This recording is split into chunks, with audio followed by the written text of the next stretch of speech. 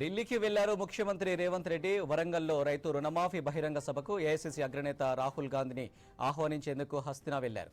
ఇప్పటికే deputy CM Bhatti Vikramarka, మంత్రి ఉత్తమ్ కుమార్ రెడ్డి ఢిల్లీలోనే ఉన్నారు.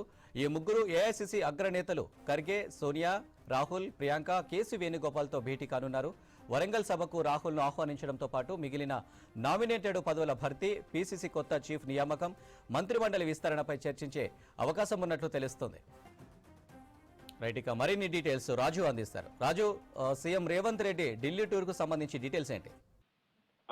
ఎన్నికల ముందు, అసెంబ్లీ ఎన్నికల ముందు కాంగ్రెస్ పార్టీ ఇచ్చింది 2022 మే 6వ తారీఖున వరంగల్ డిక్లరేషన్ లో, రైతు డిక్లరేషన్ లో ఈ ప్రధానమైన హామీని రాహుల్ గాంధీ స్వయంగా హామీ ఇవ్వడం జరిగింది. రాహుల్ గాంధీ ఇచ్చిన మాట ప్రకారం తెలంగాణ రాష్ట్రంలో రైతులకు రుణమాఫీ చేస్తున్నాము అనేది ఏఐసీసీ పేదలకు వివరించే ప్రయత్నం చేయబోతున్నారు.